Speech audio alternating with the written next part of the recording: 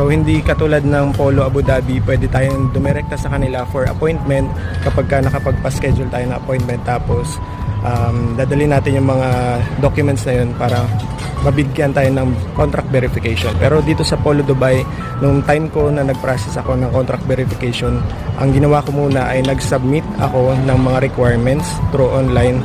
Parang per week nasa 500 lang yung slots na meron sila or open para ma-process yung contract verification.